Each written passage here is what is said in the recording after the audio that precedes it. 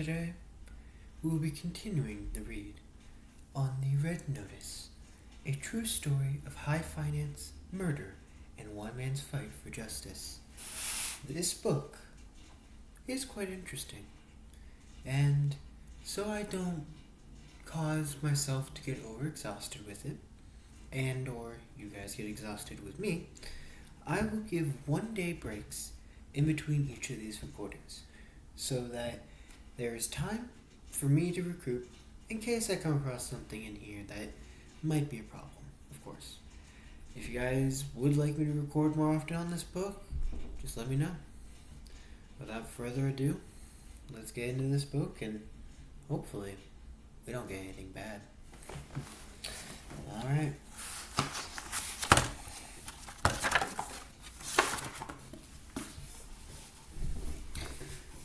Chapter 3. Chip and Winthrop. The only problem was that since I was such a poor student, every university I applied to rejected me. Only after the intervention of my high school's guidance counselor did I get a place at the University of Colorado in Boulder on appeal. While barely getting into Boulder was humiliating, I recovered pretty quickly when I realized the school had been ranked as the #1 party school in the country by Playboy magazine. Based on the countless reviews of the movie Animal House, I decided that if I was going to go to a party school, I might as well do it right and join a fraternity. I pledged the Delta Epsilon fraternity, and after a requisite hazing, was accepted as a member. Everyone had a nickname there: Sparky, Whiff, Doorstop, Slim, and mine, on account of my curly black hair, was Brillo. Being Brillo was fun, but after a few months of too much beer, chasing girls, ridiculous pranks, and watching countless hours of sports on TV, I started to think that if I kept it up, then the only kind of capitalist I was going to be was the kind who collected tips as a parking lot attendant. It all came to a head when one of my fraternity brothers, and someone I idolized, was caught robbing the United Bank of Boulder to fund an out-of-control coke habit. After he was sentenced to a long stretch in federal prison, I had something of a wake-up call. Apologies. I realized that if I kept it up, then the only person who would suffer from this particular form of rebellion would be me. From that moment forward, I stopped partying, spent every night in the library, and began to get straight A's. At the end of my sophomore year, I applied to top universities around the country and was accepted to the University of Chicago. I worked even harder at Chicago, and my ambition grew. But as I approached graduation, I felt an overriding need to figure out what I was going to do with my life. How was I going to go about being a capitalist? After I mulled this over, I came across an announcement for a lecture by the dean of a graduate business school. Since my plan was to go into the business world in some capacity, I decided to attend. The speech he gave was about the career paths of Chicago MBA graduates, all of whom seemed to be doing important things and getting paid well to do them. Business school, it seemed, was an obvious next step for me. According to the dean, the best way to get accepted at one of the 2 top business schools was to go into one of the 2-year prep pre-MBA programs at McKinsey's or Goldman Sachs, or at one of the 25 other firms with similar programs. I bombarded all of them with letters and phone calls asking for a job. But of course, it wasn't as simple as that, because every other college senior with similar ambitions was doing the exact same thing. In the end, I received 24 rejection letters, along with a single offer from Bain & Company in Boston, one of the top management consulting firms in the country. It wasn't clear how I'd slipped through their filter, but somehow I had. I grabbed their offer with both hands. Bain chose students with top grades from good schools who were ready to work 16 hours a day, 7 days a week, for 2 years. In return, they promised that they would get you into one of the top business schools in the country. There was a rub that year, though. Bain's business was growing so quickly that they needed to hire 120 smart student slaves instead of just 20, like all the other firms running 2-year pre-MBA programs. Unfortunately, this ruined the implicit deal Bain had with business schools. The schools did indeed like to admit young consultants from Bain, but they also liked McKinsey, Boston Consulting Group, Morgan Stanley, Goldman Sachs, and dozens of other sweatshops for ambitious young capitalists. So in the best case, these schools would only accept 20 people from Bain, not the full 120. In essence, Bain was offered the opportunity to work with your fingers to the bone for 28,000 a year. Your reward was a 16% chance, at best, of getting into Harvard or Stanford. The resulting business school application process created a crisis for all of us at Bain. We eyed each other suspiciously for weeks, trying to figure out how we were going to differentiate ourselves from one another. I certainly wasn't going to be better than my classmates. Many had gone to Harvard, Princeton, or Yale, and many other had performance reviews than me at Bain. But then it dawned on me. My colleagues may have their better resumes, but who else was the grandson of the leader of the Communist Party of the United States? No one else. That's who. I applied to two schools, Harvard and Stanford, and told them my grandfather's story. Harvard was quick to reject me, but amazingly, Stanford said yes. I was one of only 3 employees from Bain that was accepted to Stanford that year. In late August 1987, I packed up my Toyota Tercel and drove across the country to California. When I got to Palo Alito, I turned right off El Camino Real onto Palm Drive, which led up to Stanford's main campus. The road was lined with 2 rows of palm trees ending at Spanish-style buildings with terracotta roofs. The sun was shining and the sky was blue. This was California, and I felt as if I was arriving in heaven. I soon realized that it was heaven. The air was clean, the sky was blue, and every day it felt like I was living in some sort of paradise. Everyone at Stanford had killed themselves to get there, working 80-hour weeks at places like Bain, poring over spreadsheets, falling asleep at their desks, sacrificing fun at the altar of success. We were all strivers who had completed and competed against one another for the right to be there. But once we got there, the whole paradigm, P-A-R-A, paradigm shifted. Stanford didn't allow you to show your grades to potential employers. All hiring decisions were made on the basis of interviews and past experience. The upshot of this was that the normal academic completion was replaced with something that none of us expected: an air of cooperation, confidence, and friendship. I quickly realized that success at Stanford wasn't in doing well there, but rather just being there. Everything else was gravy. It was for me, and every one of my classmates, the best 2 years of our lives. Aside from enjoying the experience, the other purpose of Stanford was to figure out what to do after business school.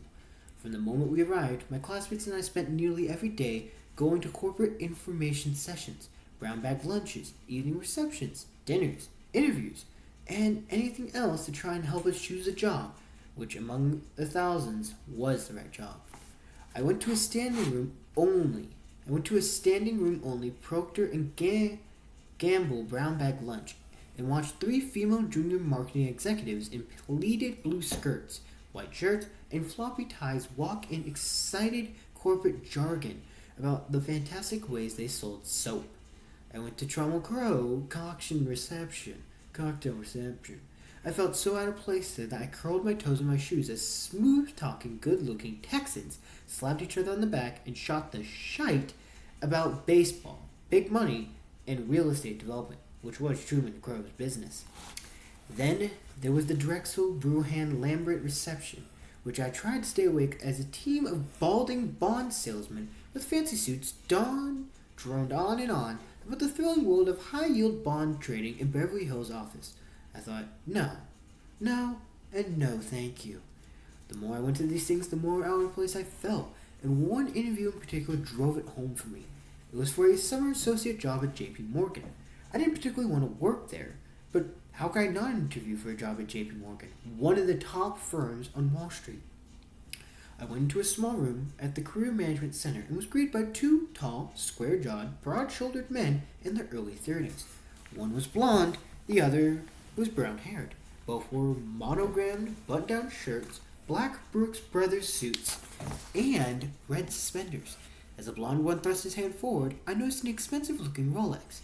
They each handed me their business card from a small stack on the desk. The names were something like Jake Chipbrandt III and Winthrop Higgins IV. The interview began with the most standard question. Why do you want to work at J.P. Morgan? I considered answering. because you invited me and I need a summer job. But I knew that's not what I was supposed to say. Instead, I said, because JP Morgan has the best attributes of of investment and commercial bank. And I think the combination is the most compelling formula for success on Wall Street. I thought, did I really just say that? What the hell does that even mean? Chip and Winthrop didn't like my answer either.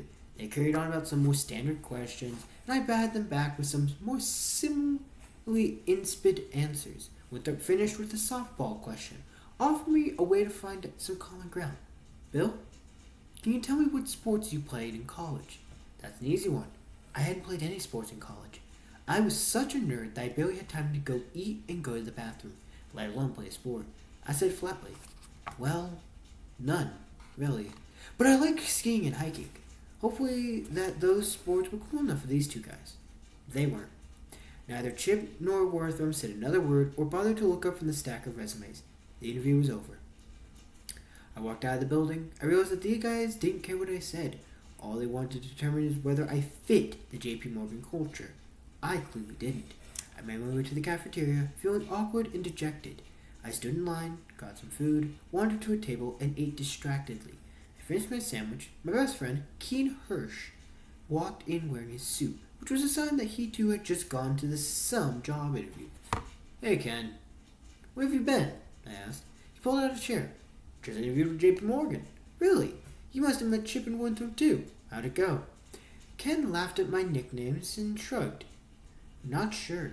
It wasn't going very well until I told Chip that he could use my polo ponies at the club in the Hamptons this summer. Things turned around very nicely from there. Ken smiled. He was short, middle-class Jewish guy from Dallas, Texas. The closest he'd ever gone to a polo pony was seeing them on the Ralph Lauren logo of the Galleria Mall in Dallas. How about you? You and I will be working together then. I know I'll get the job for sure since I told Winthrop I'd take him sailing on my skiff in the Knickerbuck Yacht Club. Neither Ken nor I got an offer. But from that day forward, Ken called me Chip and I called him Winthrop. After the JP Morgan experience, I couldn't stop wondering why I subjected myself to getting rejected by the Chips and Worthams of the world. I wasn't like them and I didn't want to work for them. I had chosen this direction in my life in reaction to my parents and my upbringing, but I couldn't skip the fact that I was still a Browder. I then started looking for jobs with some type of personal relevance. I went from lecture by the head of the United Steelworkers Union and loved it. As I listened to him talk, I heard the voice of my grandfather, a man with white hair and a mustache, who I fondly remembered sitting in his study, surrounded by books, the sweet smell of pipe tobacco infusing everything. I was so inspired that after the speech, I approached the man and asked if he'd like to hire me to help the union negotiate with its exploitative corporate employers. He thanked me for my interest, but said that only employed steelworkers in the unions, but only that they only employed steelworkers in the union's head office. Undeterred, I looked at other aspects of my grandfather's life that I might evaluate and come up with the idea of Eastern Europe. He had spent an important part of his life in the Soviet bloc, and his experience there had catapulted him into the global significance. If that's where my grandfather had carved out his niche, then maybe I could too. In the midst of this soul-searching, I'd also start lining up real job offers in the event that my search for utopia didn't bear fruit.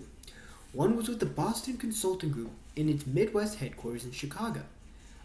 I was from Chicago and worked in consulting at Bain, which meant I checked all the right boxes for its new recruits. Only I didn't want to go back to Chicago. I wanted to get out and see the world. More than that, I wanted to work in the world. What I really wanted was to be Mel Gibson in The Year of the Living Dangerously, my favorite movie.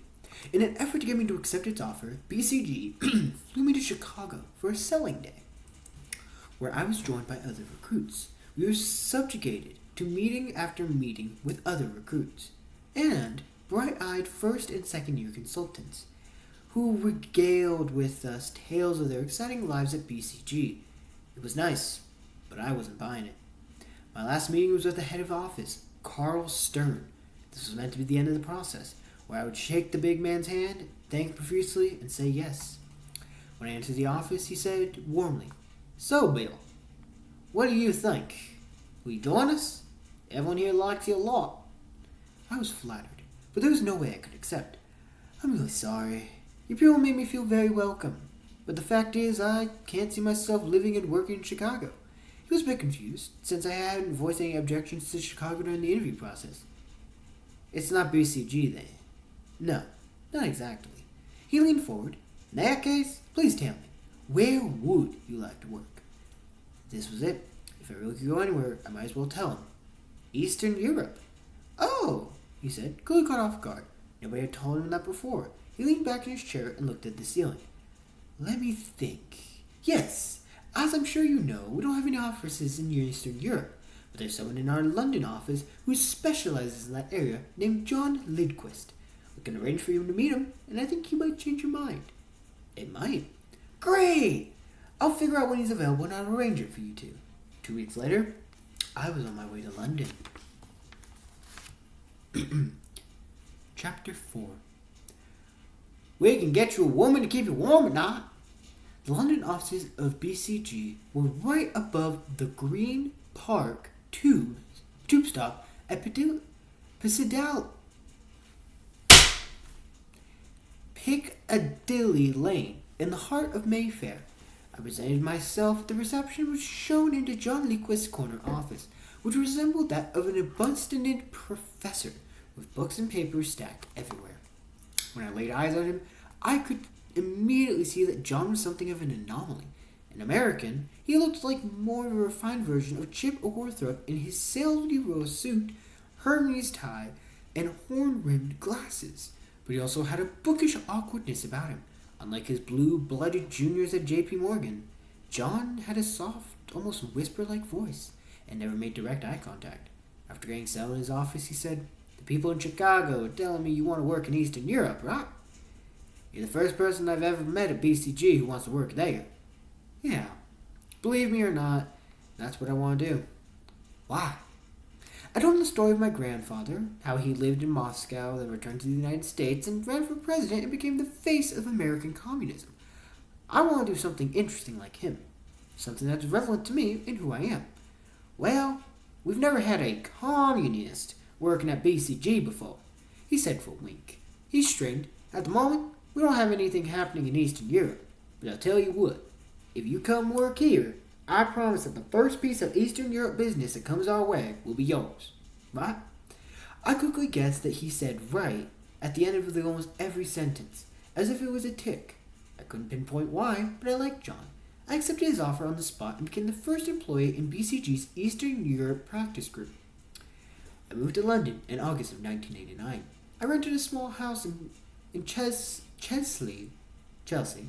with my 2 Stanford classmates, who were also starting new jobs in London. On the first Monday in September, I hopped on the Piccadilly line with butterflies in my stomach, ready to take on Eastern Europe at BCG. Only, as John had explained, there wasn't any work in Eastern Europe. Not yet, at least. But then, in November of that same year, as I sat in my tiny living room watching TV with my Stanford buddies, the world shifted beneath my feet. The Berlin Wall had just come down. Eastern and West Germans emerged with sledgehammers and chisels and began breaking it down chunk by chunk. Watching his history unfolded before our eyes, within weeks, the Velvet Revolution took hold of Czechoslovakia, and the communist government there fell as well. The dominoes were falling. Soon all of Eastern Europe would be free. My grandfather had been the biggest communist in America, and as I watched these events unfold, I decided that I wanted to be the biggest capitalist in Eastern Europe. My first break came in June of 1990, when John popped his head in my office and said, "Hey Bill, you're the one who wanted to go to Eastern Europe, right?" I nodded. "Excellent. The World Bank is looking for restructuring advisors to go to Poland. I need you to put everything together and have a proposal for turning around a failing Polish bus company, right?" "Okay, but I've never done a proposal before. What should I do?" "Go to Wolfgang. He'll tell you." Wolfgang Schmidt. Just hearing his name made my skin crawl. Wolfgang was a BCG manager who led some of the case teams day to day. He was widely considered one of the most difficult managers to work with for the London office. A 30-something Austrian, he enjoyed shouting, forced all-nighters, and chewing up and spitting out young consultants. Nobody wanted to work for him. But if I really wanted to go to Poland, then I would have to work with Wolfgang. I had never been to his office, but I knew where it was. Everyone did, if for no reason other than just to avoid it. I walked there and found a complete mess. His room was strewn with empty pizza boxes, crunched up papers, and piles of reports. Wolfgang was hunched over a three-ring binder, running his finger along the page. His sweaty brow glowed in the fluorescent light, and his unkempt hair shot out at different angles. His expensive English shirt was untucked, his bare and round stomach peeking out on one side. I cleared my throat. He cocked his eye in my direction. "Who are you?" "Bill Browder." "What do you want? You can see I'm busy." I thought that he had been busy cleaning the sty that passed for his office, but that didn't say much. "I need to prepare a proposal for a Polish bus company reconstruction. John Luquides said I could talk to you." "Christ," he grumbled. "Listen, Browder, start by finding resumes of BCG consultants who had experience in trucks, buses, cars, whatever you think might be related. Get as many as you can." "Okay. Should I bring them back to you?" "Just do it!" He returned to his binder, resumed reading. I left his office and went to the library. Flipping through the resume book, I saw why BCG had such an amazing international reputation. There were people with experience in every field in every corner of the globe. A team of consultants in Cleveland office were experts in automobile manufacturing. A group from Tokyo had worked on just-in-time inventory implementation for Japanese car companies. And some consultants in Los Angeles were specialists on operations research. I photocopied these and quickly returned to Wolfgang's office. "Back so soon, Browder?" "It's Brower? It's actually Browder. Yeah, listen. There's a couple other Polish assignments coming up here as well. The guys doing the proposals will tell you what to do from there.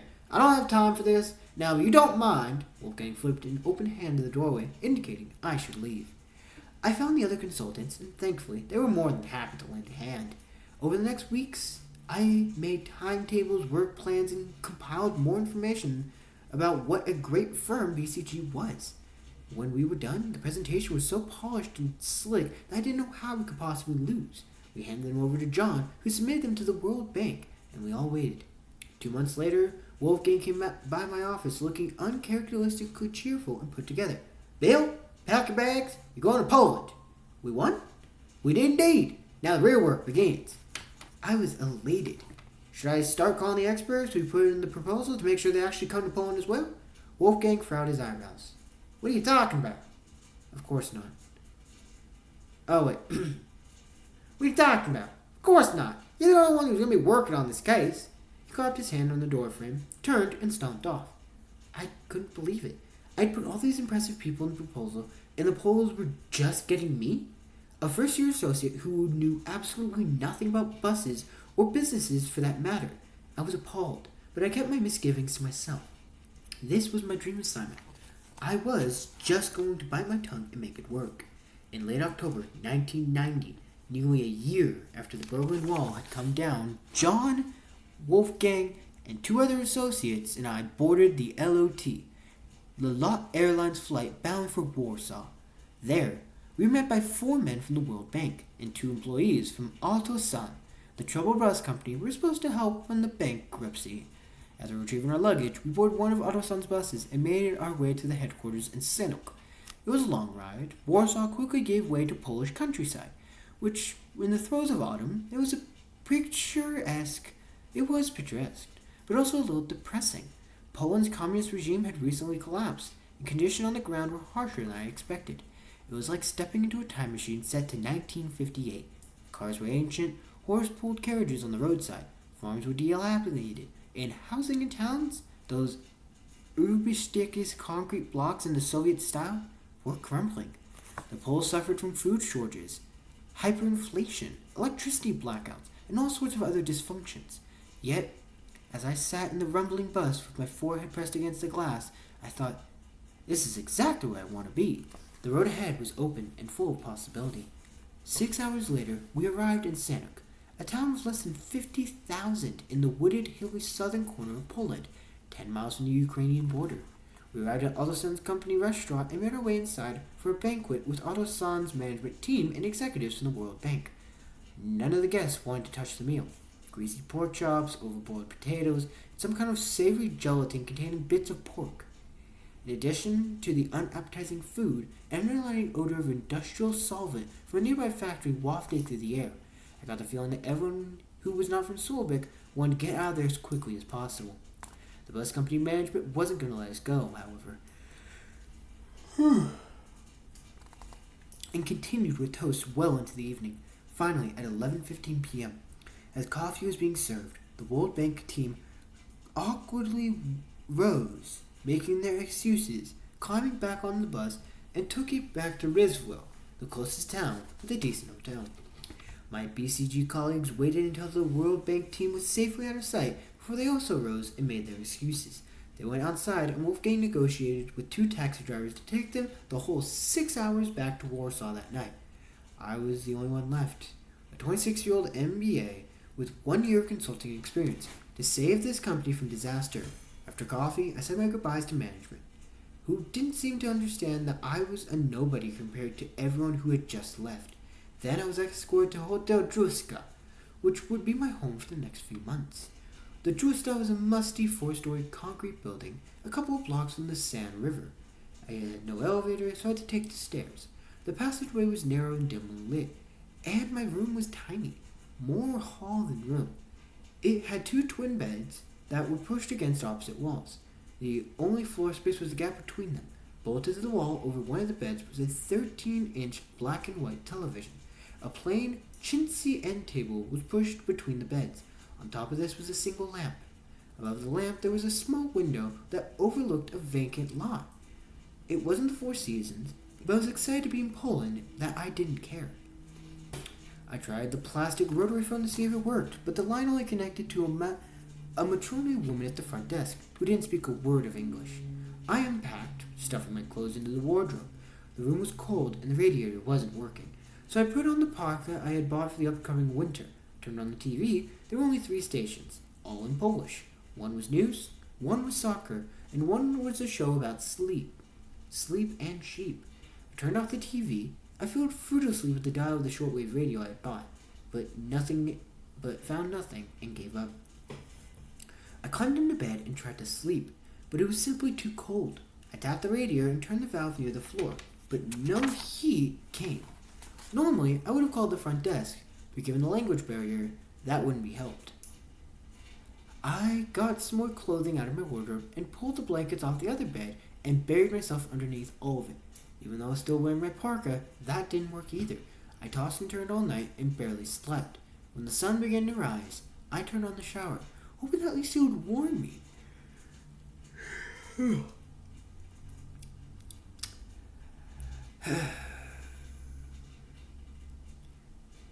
I waited and waited for the stream of hot water, but I never got better than lukewarm.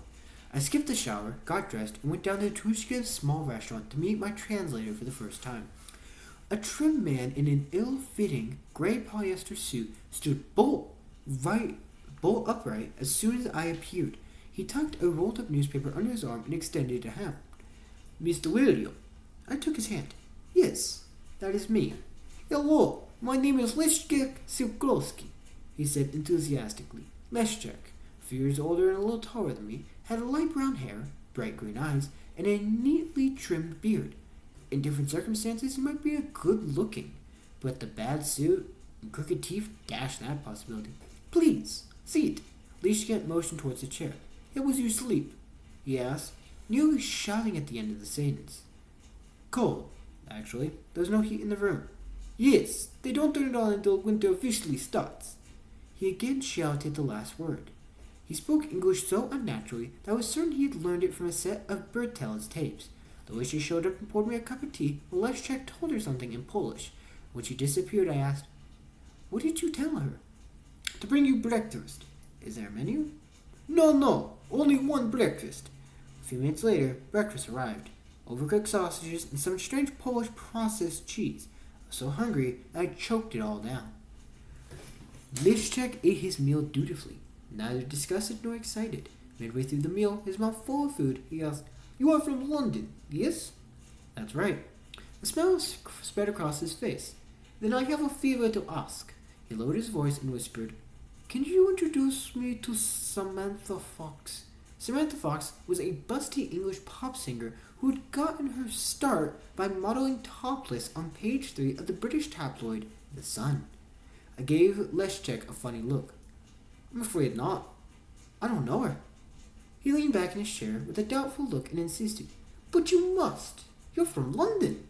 Leszek, I wish I could help, but there are 7 million people in London. I didn't want to be rude, but that was ridiculous. How was I going to turn on a failing bus company if my main connection to the outside world was this strange guy obsessing about a topless model from England? After breakfast, Leszek and I left the hotel and folded ourselves into a tiny red Belowski Fiat, and the bus company had provided for me during my stay. After several attempts, I got the engine to sputter to life. Leszek smiled as he directed me to the Autoson's headquarters, a 7-story, white concrete building near the river. We parked and I passed into the lobby. I detected the same unpleasant smell of industrial solvents from the dinner the night before. Leszek and I took the elevator to the top floor and found our way to the general manager's office. The general manager stood in the doorway like a barricade, his broad shoulders taking up nearly the whole space. His thick mustache perched over a beaming smile. He appeared to be twice my age, and had worked at Autoson his entire career. As I drew near, he stuck out a thick-fingered hand of a laborer. When I took it, he squeezed it so hard as if my small hand had been trapped in a wringer. He ushered Leszek and me into his office and began speaking quickly in Polish. Welcome to Shanuk, Leszek translated, talking over him. He wants to know if you would like some brandy to toast your arrival. No, thank you, I said awkwardly, wondering if I was making some cultural fox pass by rejecting his offer of hard alcohol at 10 a.m. The general manager then launched into a speech that once again expressed his excitement that I was there. He explained that the Autoson was Soundcoot's main employer. The company failed, and the town would also fail. He and everyone else at Autoson thought that BCG, and by default me, were going to save the whole lot by financial ruin. I tried to look serious and nodded to all of this, attempting to convey some semi-balance of confidence. But awkwardly, I was completely mortified by the scope of my reality. When he finished his little speech, he said, Mr. Browder, before you get to work, I must ask, is there anything we could do to make your stay in Sanic more pleasant? From that moment I'd walk into his office, I realized how warm it was, especially after my fitful night in my freezing room. I noticed quickly a buzzing space here in the corner that made it a comforting orange glow.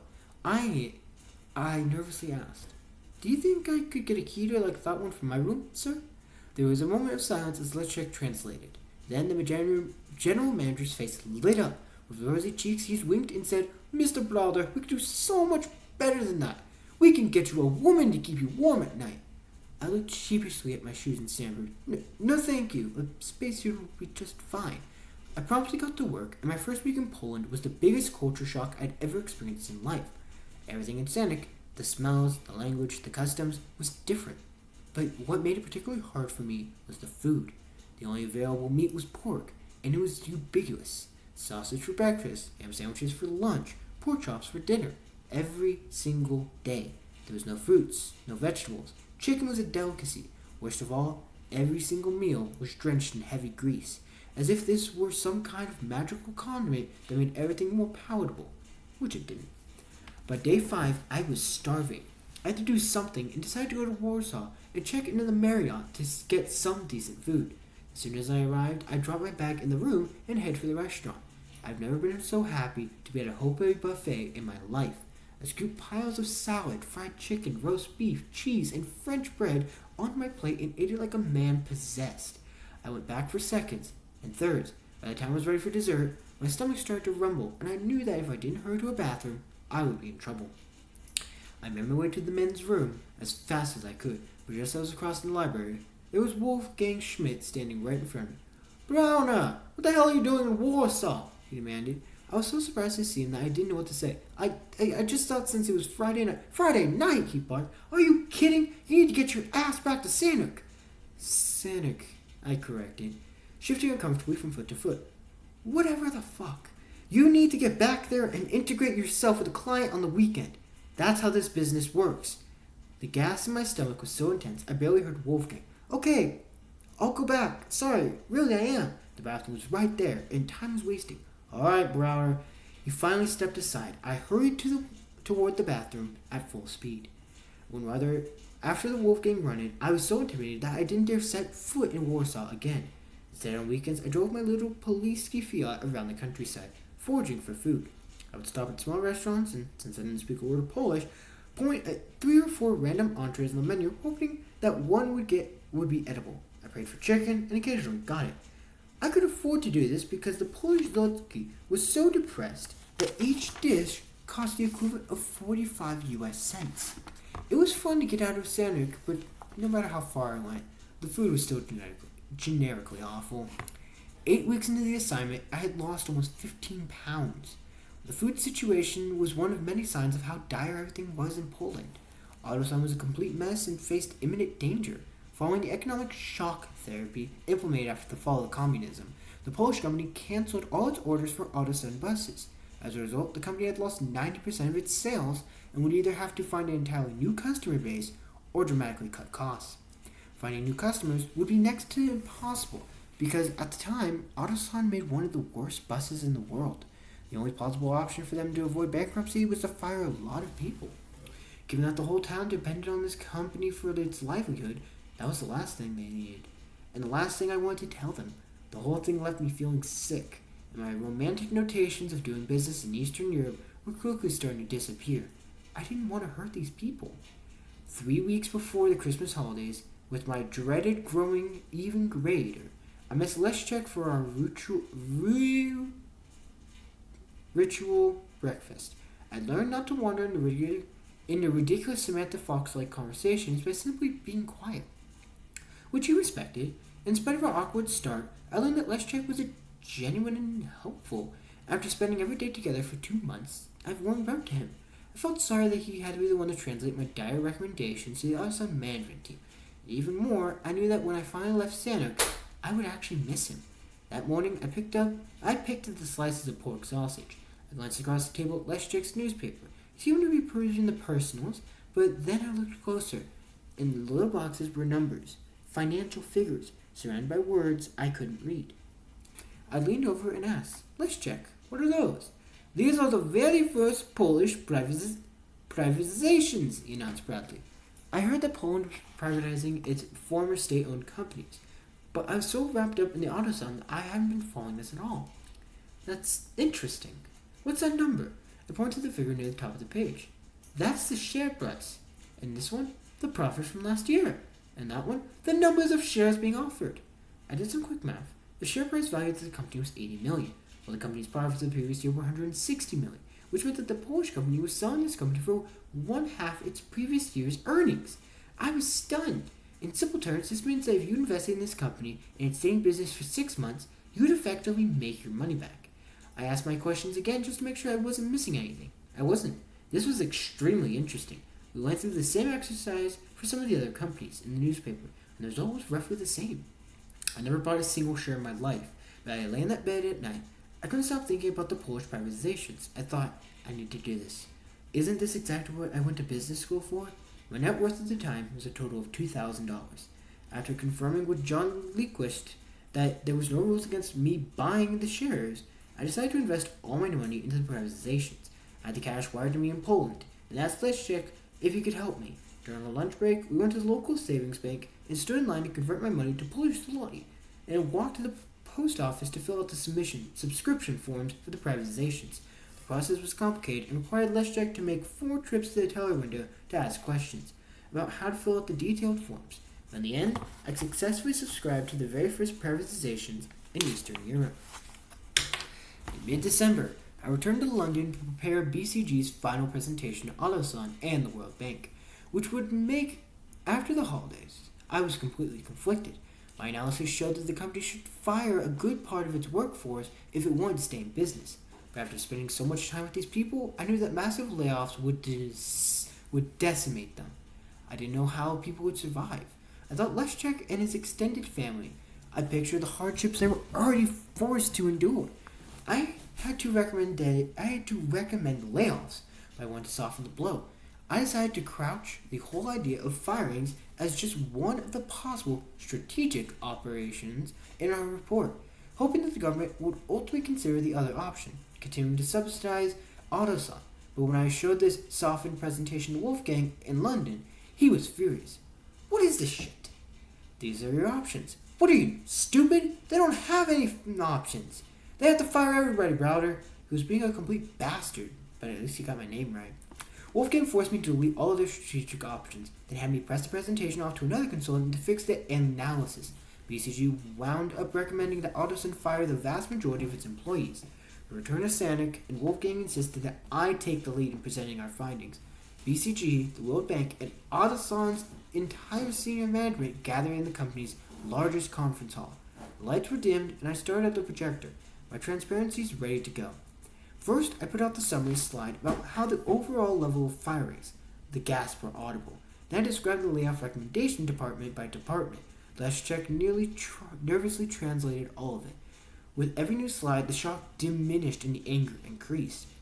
When people started challenging me at every turn.